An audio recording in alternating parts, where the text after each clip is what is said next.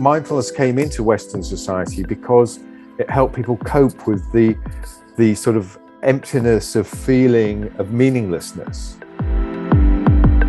They hadn't learned, or we haven't learned from a very early age, to be accepted unconditionally by those around us who love us. This is the Mindfulness Experience podcast. My name is Keith Fiveson. On this podcast, I spoke with Mark Leonard, who is the creator and designer of several mindfulness courses. Mark has an intriguing mind and personality that offers an insightful and pragmatic way on how to apply mindfulness to make the world a better place. Mark is a leading practitioner of social mindfulness, which makes mindfulness a force of change in society. And he's developed his ideas by combining a biological system of thinking with a contemporary understanding of mindfulness as a cognitive therapy. He helped to develop the Oxford Mindfulness Center in 2008 and went on to adapt therapeutic mindfulness as a workplace training. He saw that social learning experiences played a key role and went on to develop a short mindfulness program as organizational development based on this insight. The curriculum of this program, Mindfulness-Based Organizational Education, is the first program of its kind recognized by the British Association of Mindfulness-Based Approaches and the Dutch Mindfulness Teachers Association. I totally found Mark a delight to listen to and to talk to. He's got a very unique way of looking at mindfulness, which, when applied, will make the world a better place. I hope you enjoy the show.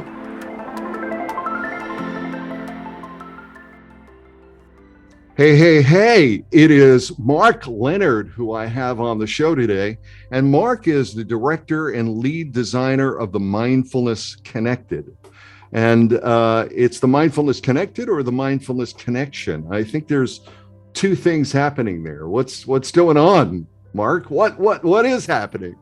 Oh, well, Mindfulness Connected is just the name of a business, but it does, of my company, I guess. Mm-hmm. And that it just reflects a flavor of what I think I want to bring into or stress. I think it's important in everything, really, but specifically mindfulness, thinking about it from more of a sense of about how we are connected as human beings, how ideas are connected, how different ways of doing things are connected, and how, in the end, everything's connected. And it's really difficult to, take one thing out, particularly something like mindfulness.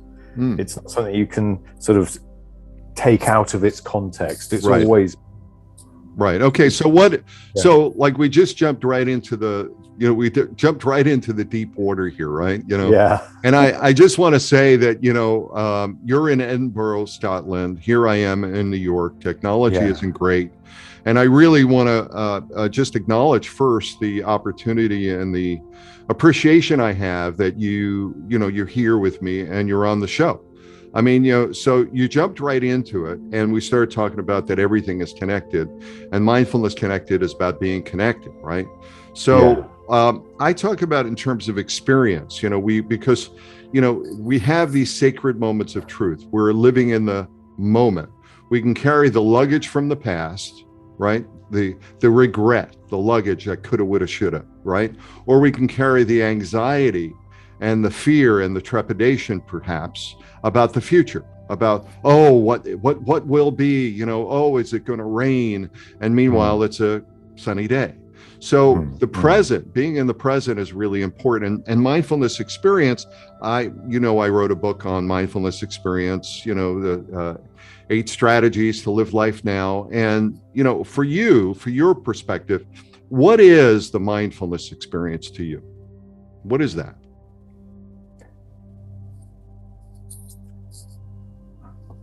I think the word mindfulness is so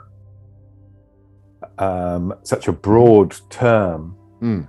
We have to be, at least I like to be quite specific about what I mean by it in a particular way or in a particular context.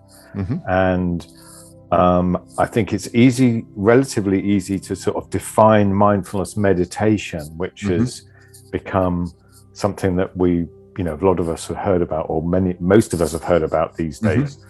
And that's really just a simple set of attentional training routines. Like breathing, focusing, bringing your awareness to, so on and so forth. Okay, good. Focus, and it's about learning to get some kind of autonomy or control over your attention. Right. So being embodied, being aware of your senses, being aware of what's going on in the moment, and having that awareness. Is that of your thoughts? Well, I think there's, whenever you do a training, an exercise, you're exercising a particular muscle or a particular set of, muscle group or something, or a movement, or stretching a particular thing. But that gives you, that means that you can do other things with it. So there's the mindfulness meditation itself, or the mindfulness practice itself, which is like practicing a musical instrument. And then there's playing a musical instrument,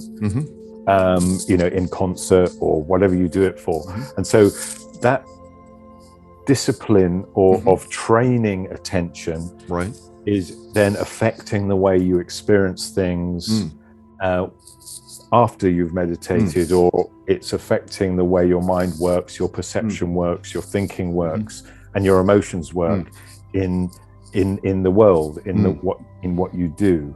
So, I really like that, because to me what it sounds like is, it sounds a little like opening the aperture of a camera lens and going from the really high density focus, let's say, on a leaf or on a flower, and you're looking in and you're seeing like a whole universe, right?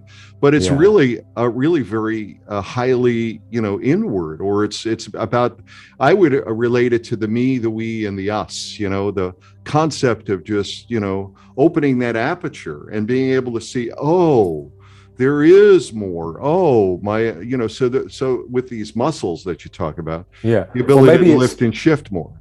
Yeah, but I mean, maybe it's more like, learning to focus the camera, and sometimes you want to be able to focus on things that are quite close to you, and sometimes you want to be able to focus on things that are quite distant. You're gaining the capacity to focus, using that analogy, on things that are at different depths of field, and potentially at certain times, if there's lots of, you might open the aperture and then you're relaxing that focus and taking in a wider view without focusing on things. But the point is, what it's doing is it's giving you sort of an understanding of the difference through that experience, and the ability to choose or direct your attention at will to what's going on. But the most important thing about the actual training, I think, is really developing awareness of how the body feels, rather than, and so it's shifting attention from the narrative, the stories, the thoughts, from that world that we tend to get trapped in, to direct experience of how it feels, and that's a body-based experience. So it's switching attention from thinking to body-based experience. It means that you then then your thinking is taking place within your experience, rather than it being the limit of your experience. Right. Well, and I've been fascinated with your work. You've what you've really been doing around social mindfulness. I read some of your articles. You had a wonderful article in Tricycle magazine entitled "Who is Misrepresenting Mindfulness?" And in that article, I was fascinated by your perspective, the whole concept that mindfulness programs can leave people empty and not knowing what's true. And one of the things you said in that article, your words were, attentional training can regulate self-defeating thinking. What did you mean by that? And one of the things I was aware of in that article was this opportunity to kind of like change the thinking and like do something broader. We're talking about the aperture of the lens, the ability I said the me, the we, the us, and you started talking about, being able to focus on different things. Can you give us a little bit of perspective about that article, perhaps, or your thinking nowadays in regards to social mindfulness and what that's all about? So there's that they're related, they're connected. But right. The article I could read that. There's a specific thing that I'm doing in that article, and that is commenting on this, if you like, conversation that's going on historically between the other people that I'm talking about in that article. Right, because that was a really kind of a view of how mindfulness has been sort of taken out of the Buddhist perspective and brought into the everyday perspective, and yet at the same point there's no kind of frame, if you will, in some regards. Well, the original article was written by someone that's a psychotherapist and someone that studied psychotherapy and done a PhD in that area, and she also comes from a Buddhist culture, but was never really particularly interested in meditation, like in actual fact, like most people from Buddhist cultures. But she got to university in Cambridge, and then she went on, because of her stress, her experience of stress and anxiety, she went on an 8-week mindfulness course to help her cope with that. And she found it useful. But after a while, she began to feel that it didn't give her answers to the questions that she felt that were most important. And it left her kind of an empty feeling inside herself.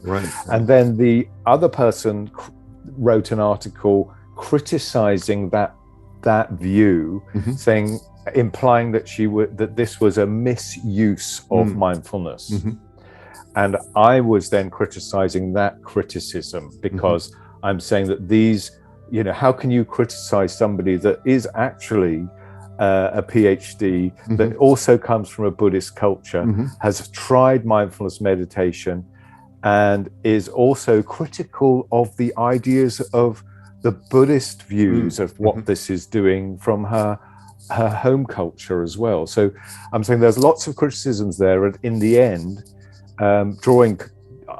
criticizing the black and white view that there is a proper way to do this that happens to come from clinical psychology. So I'm criticizing that view. Right, and I like the article because I think this whole concept of mindfulness is it's problematic, because it's not just about being present, right? There are really mindful sharpshooters who can do a great job, killing people, but then the real question becomes one of recognition and choice, and what do you do in the gap? How do you go ahead and feed or seed that, and how do you really make change? And one of the things I was very impressed with and resonated with me is your work around the social mindfulness, where you're really, in my view, looking to go ahead and make intentional changes, or help people to really understand that unless we work together mindfully to go ahead and create intentional change, then you might as well be a sharpshooter, right? In some respect. Can you talk to that a little bit more? Yeah. Well, I think I'd like to start from my sort of the key idea that I'm trying to kind of promote is that the problem that we experience in contemporary society is largely about a sense of kind of separate self, that, or we're individuals, and it's up to us to do everything, and it's up to us to improve ourselves. And we don't have responsibility for those around us. It's all about the me. It's not about the we or the us. But really, that leaves us in a place of because we are really just highly social beings. Everything that is really meaningful to a human being is about how we work together or relate, or have the quality of relationships we have with people around us. And that is so we're really, the human mind is really a social mind. Mm-hmm. It's all about how I'm relating to other people, rather than it being all about how I am as an individual improving myself. There's very little point, in my mind at least, and I think from the way in which the human mind works, to have great achievements if there's not some purpose. And what's a purpose? A purpose is always something about what this means to the people in your life, in your world, in fact, the people you can serve with what you've achieved. Right.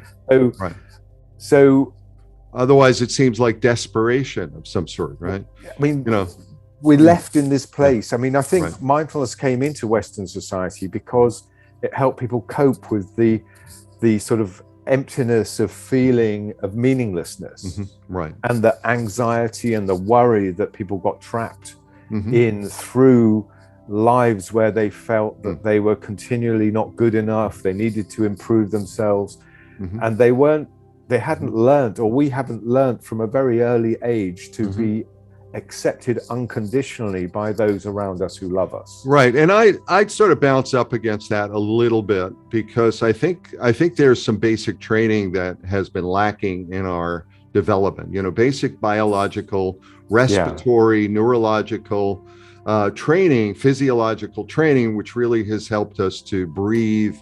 And, the root word of breath, I always say this in Latin, is spire, S-P-I-R, as in inspire, as in aspire, as in perspire, as in expire. So, the whole idea of breath is, how do we breathe together to create the aspirations that we collectively, I myself or anyone else within a group.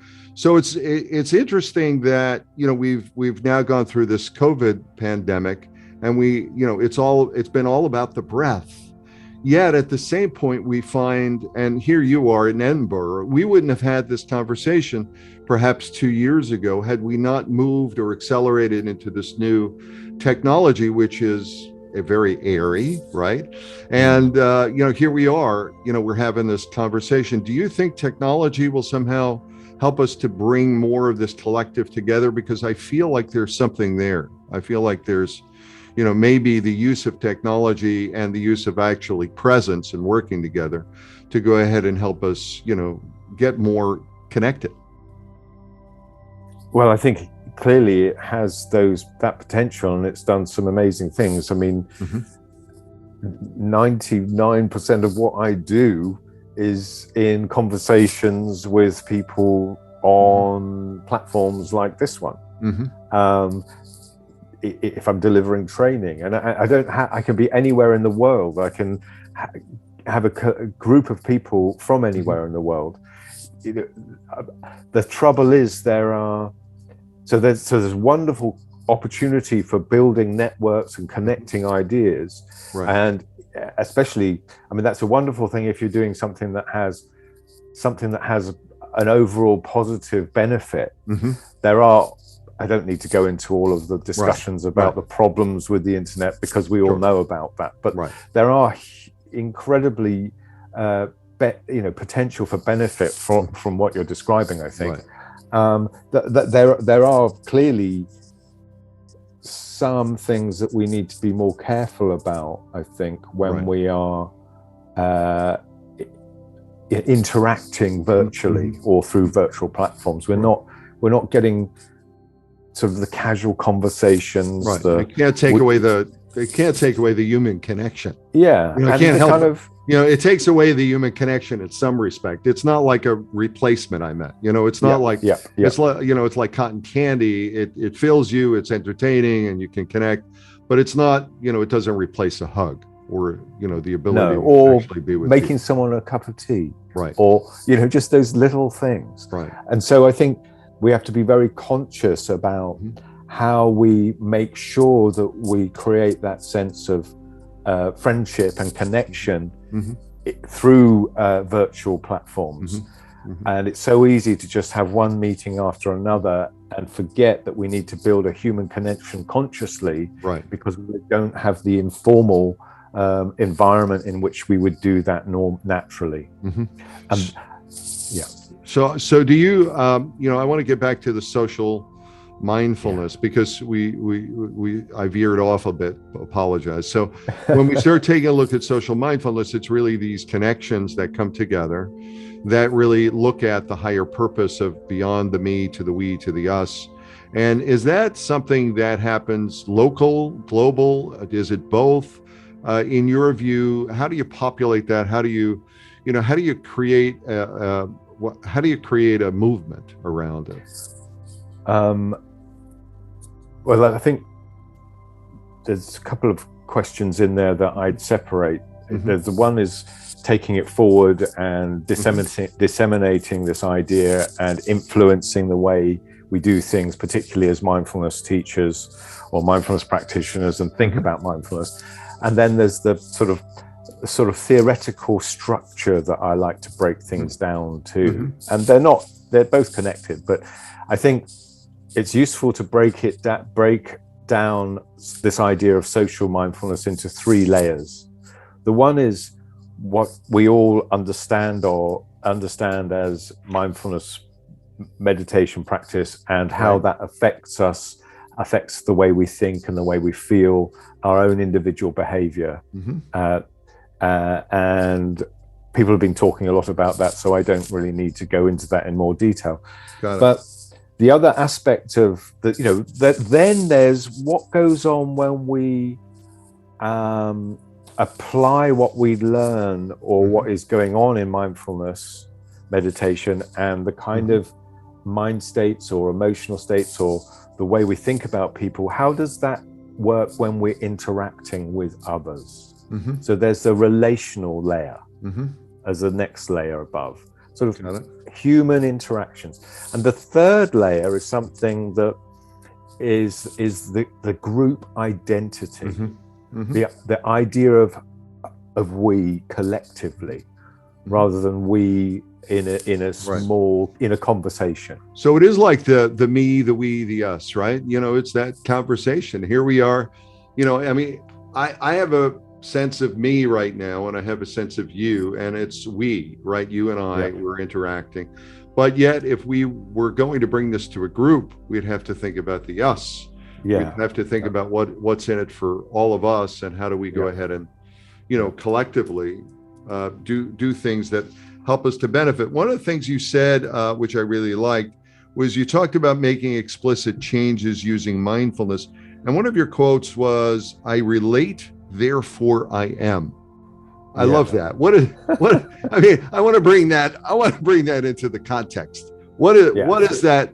How does that apply? Well, specifically, it's a bit of a joke. Beautiful. It's beautiful, It's a bit of a joke specifically, and it's referring to the impact of the ideas that Descartes had, and how that created this sort of formal theoretical separation between our realm of subjective experience and the material world. So it created about the me consciousness, it's about me, my thinking, me. I'm the star of my own show. It's very much linked to the idea of the separate individual that emerged in Western society in the last few centuries. Right. And that's what the US is about, by the way. It's about the individuation of the person, right? They've got to be on their own. We just don't notice or see how these basic, deep assumptions about the nature of who I am and how I exist in relationship to others affects our behavior. It's deeply rooted in our culture. There's the old analogy of the fish doesn't notice the water it's swimming in, and the water that we're swimming in the sort of transatlantic culture. UK maybe is slightly more community orientated, but it's much more mid-Atlantic than most of Europe. Is this idea of the individual. It's all up to the individual initiative. It's all up to the individual to improve themselves, and what they achieve is their own domain, and they have the right to dispose of their own resources that they've earned in any way they like.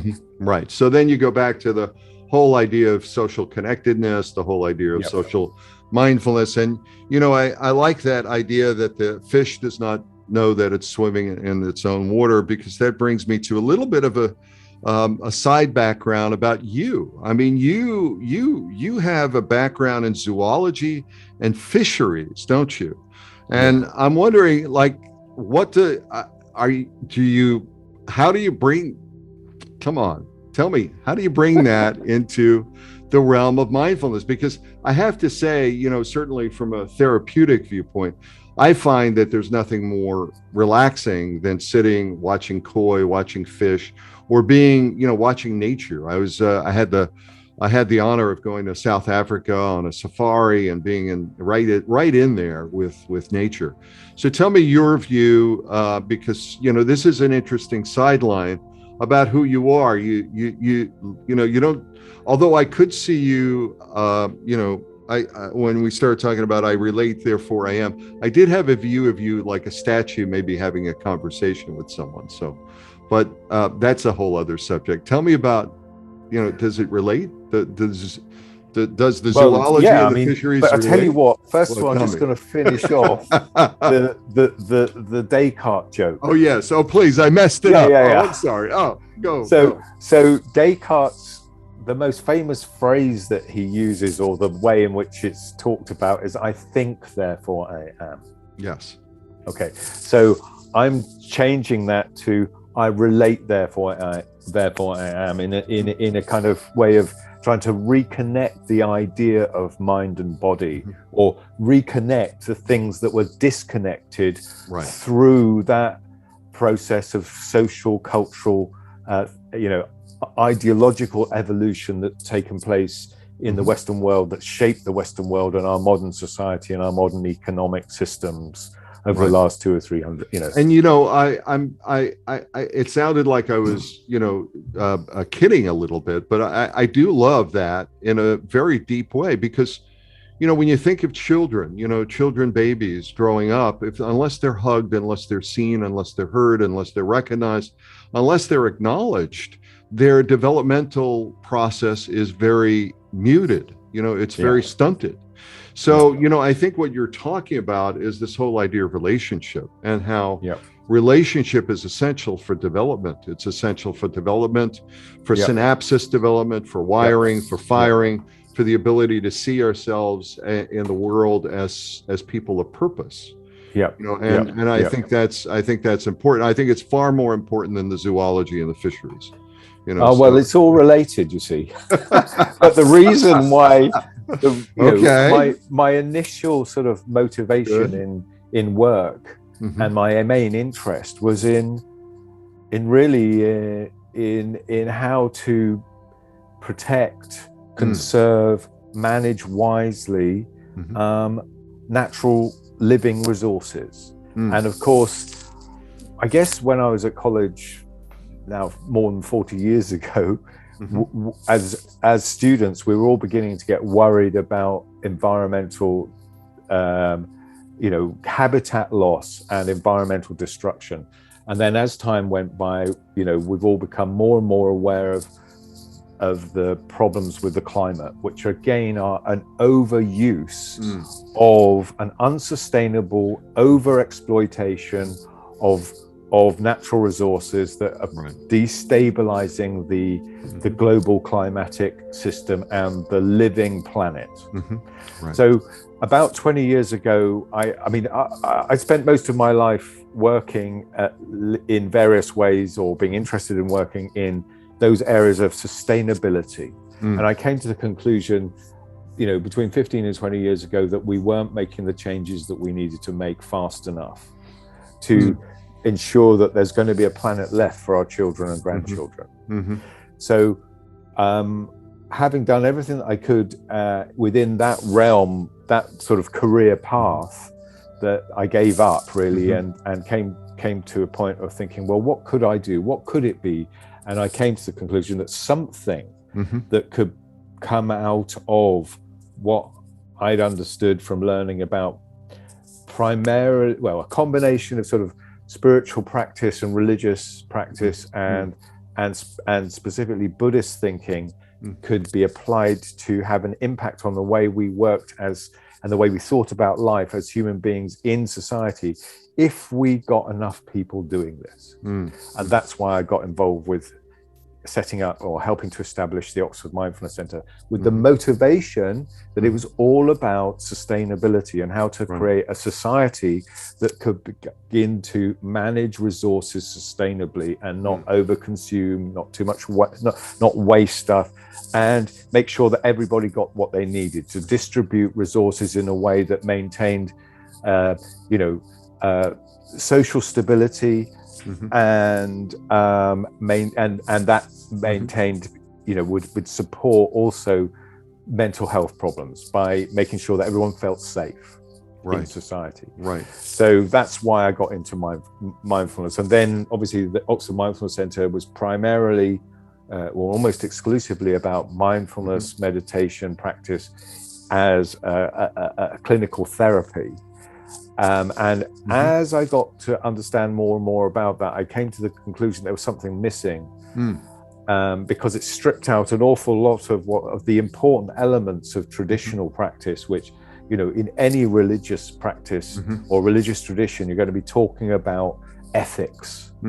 How do you treat your neighbor as the first and most important part of the whole thing?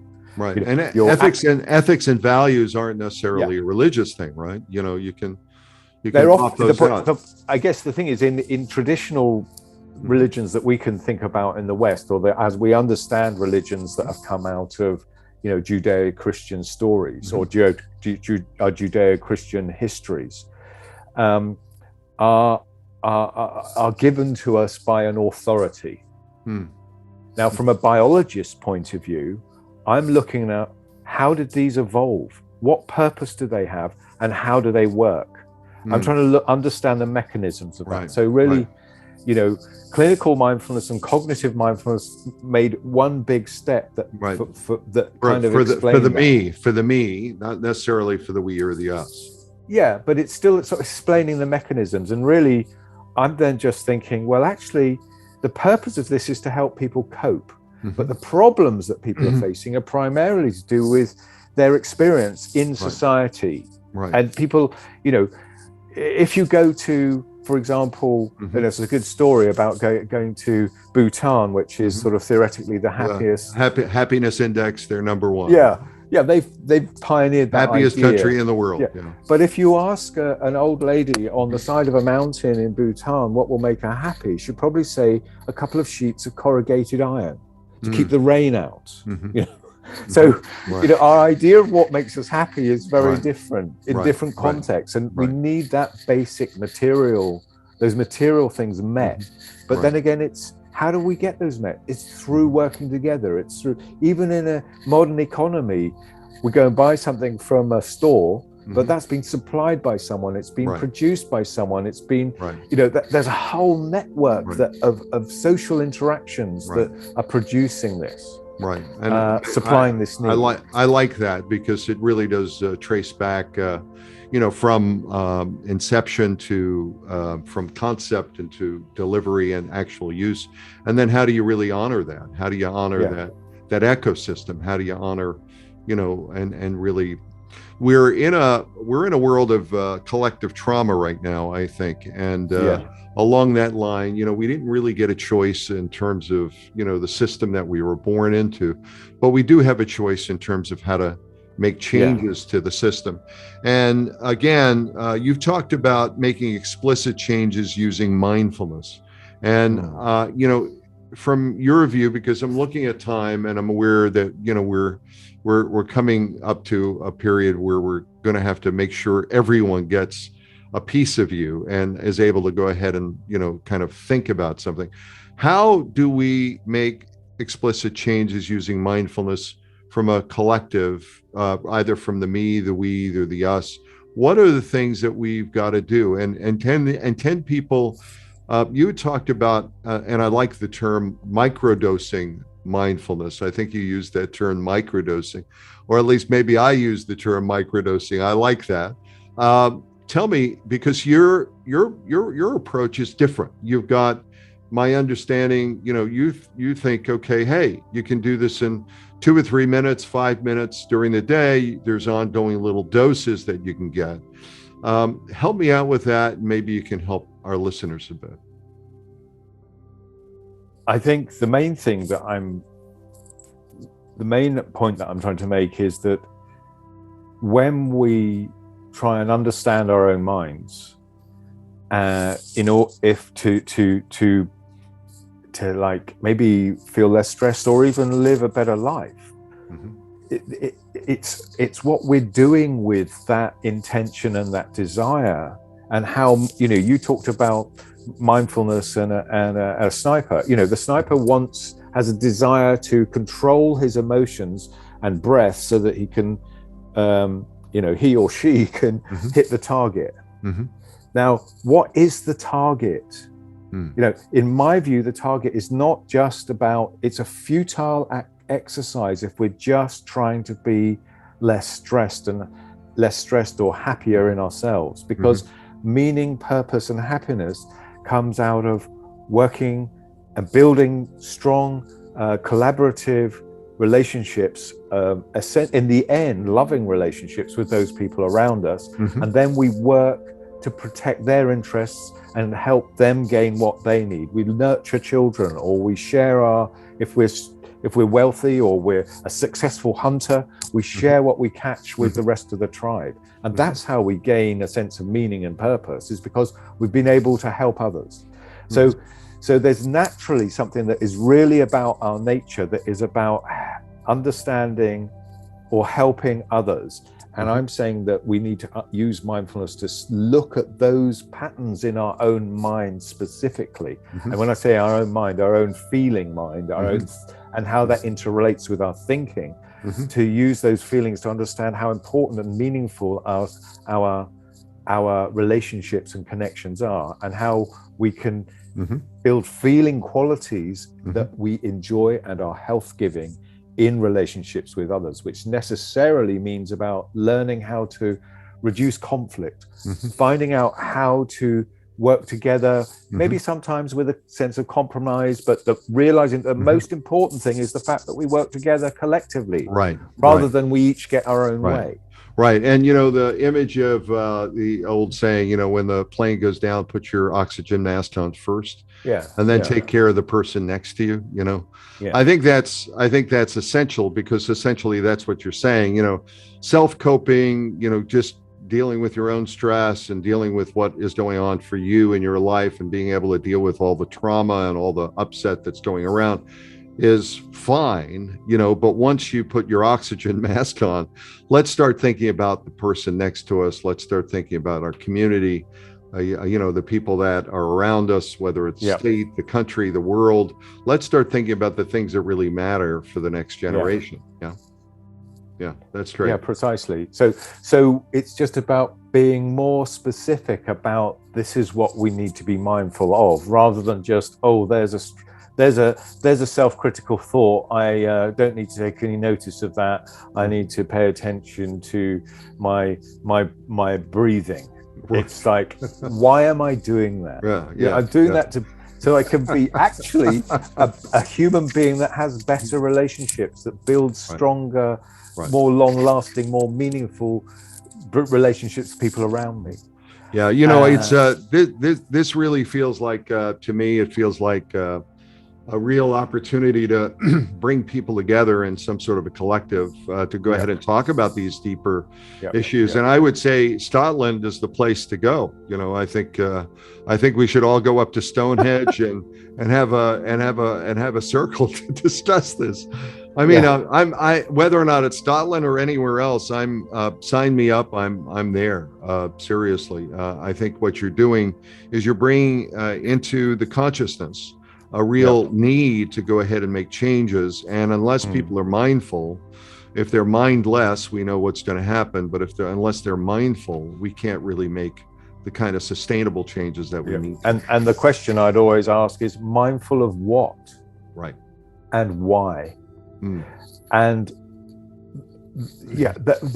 if we're just taking mindfulness as a method to calm ourselves and feel more at ease, or perhaps enjoy life more, we're buying into a whole set of ideas, motivations and ideologies about our own self that are actually the problem, or the cause of the problem that we face, that we're trying to deal with mindfulness. Right. It's the me, my, and mine. It's all of that, rather than the we, and the us. So, I really am looking at the time, and I wanted to talk about, if people can Google you, Mark Leonard, director, lead designer for Mindfulness Connected. They can Google you, and there's a lot of stuff. You've done a lot of really wonderful work out there, some great videos.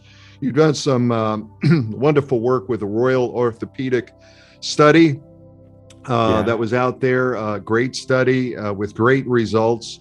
And I think people should know more about what you're up to. How would they go about getting a hold of you, and what would you recommend, people to, how do they get you? Well, they can always contact me through mindfulnessconnected.com. There's a contacts form. Also, I'm much more active on LinkedIn than anywhere else. So I guess you could probably find me on LinkedIn. Great. Nearly all, And by the way, you're in development. You've got you've written a whole course, you've written a whole program, and you're making that available. You want to talk to that before we kind of move, so people can know, what you're up to right now? Yes. So briefly, you mentioned there was a study that was published. It was published in 2020, had great results. And then this is the first program that is not a standard 8-week mindfulness course that asks people to do 50 or 60 hours of meditation over 8 weeks for therapeutic purposes. That has been recognized as a new form of mindfulness program by the British Association of Mindfulness-Based Approaches and the Dutch Mindfulness Teachers Association. And that you were talking about the microdosing thing. Isn't a word that I used. What I'm saying is that the mindful dosing. Maybe I'll change it to mindful dosing. If short mindfulness meditations, if they have a purpose, and we're learning to experience what is going on in our mind when we feel connected to others, there are other things that make it effective. They interact. It's like salt. It's different when you put it in a bowl of in your cup of tea, or if you put it on a nice piece of fried meat, for example, barbecued fish. It's a very different thing. So it interacts, and the recognition is that it's the category that they've created as a result is moderated low dose mindfulness-based program. That's just moderated low dose clinical way of saying, I love it. We acknowledge that it works, even though it's got very short meditation practices, but that's because of the other things that go into the course, the interactions, the conversations, and the theoretical learning that people have. Maybe the fun they have on the program as well. They all interact to produce a positive result. No, I think we've got to trademark mindful microdosing. Well, I'm not going to admit to that one, but it's the combination of things. It's not the thing on its own. We're sort of mentally obsessed with the answer, with the thing, with the drug, with the solution, with the psychotherapeutic approach. But that's only a tiny part of it. I've just visited, Istanbul, invited to talk to a Sufi community and a Sufi teacher. And so everyone knows about whirling dervishes and dancing, and they think, beautiful place, lovely place. But the work goes on in training every day, in relationship, in it's kindness, the experiential elements. In community. And it's in community that we learn those disciplines, because others are, everyone's learning together, doing the same thing. So that's that's what it really means.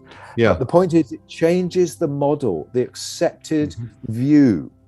And I'm trying to promote the idea that the benefits of mindfulness meditation practice are to do with the way it interacts or combines with how we learn to relate to others and how we think about ourselves as a group and what we're doing and the group values and how we live up to those, as opposed to being all in it for ourselves or all competing with each other and then being in an organization that is just trying to compete with other organizations. I think that's beautiful, and it really dovetails very nicely into the 8 mindfulness experiences, as above, so below, from the, from the living from the inside out and the outside in, and really having that balance, finding balance in an unbalanced world. So I really appreciate you being on the show, Mark. I know you and I are going to do a lot more. I certainly hope so moving forward. It's an honor to know you, and you're a man who has got a real insight and a real foresight in terms of where this is all going.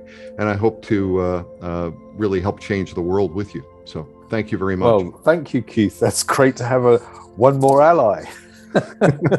Yes, you do. You definitely Great. do.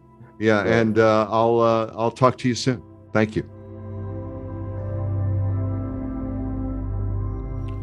Thank you for being a part of the Mindfulness Experience podcast. I hope you've enjoyed this interesting conversation and insights from Mark Leonard. Social mindfulness is a way of looking at the evolution of mindfulness in organizations, how mindfulness can help organizations make a difference in the world. So please look for more information at Mark Leonard's website, Mindfulness Connected. Also, please follow this podcast, The Mindfulness Experience, to connect to future ones as well. Subscribe, leave us a review, and suggest topics that you'd like to hear. Connect with us on our social media platforms or visit our website at workmindfulness.com for more mindfulness experiences. Thank you again. I hope to see you on the next show. Take care.